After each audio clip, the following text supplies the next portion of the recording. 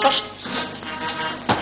Αυτό εδώ είναι δικό σου. Μου τη χαρίζετε, ευχαριστώ πολύ. Δεν στη χαρίζουμε, θα στη χρεώσουμε. Η βαλίτσα αυτή είναι το όπλο σου, με αυτήν θα μείνεσαι. Θα τη κάω στα κεφάλια. Όχι, σαν ασκούμενο δεν μπορεί να έχει πιστόλι. Απαγορεύεται.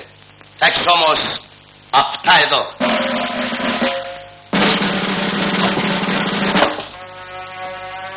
Οξυγένε και τσίρο όταν σε χτυπήσουνε. Μολύβι και σουλιά για να το ξύνεις. Μολυβόνερο να σου μαυρίσουνε το μάτι.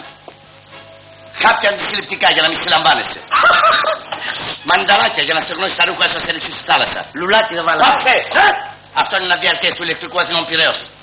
Και αυτός εδώ, σουγιάς ο θαυματουργός. Ανοίγει κονσέρβες. Βγάζει φελούς. Έχει κουτάλι. Έχει πυρούνι. Έχει κατσαβίδι.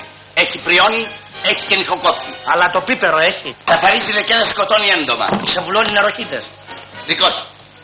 Ποιος? Τι είναι αυτά πρωτόγωνα πράγματα. Στην εποχή του James Bond να χρησιμοποιούμε κολοκοτρονέικους σουλιάδες. Εγώ έχω εξοπλισμό δικής μου εφευρέσεως. Έτσι, μανούλα. Όπως νομίζεις.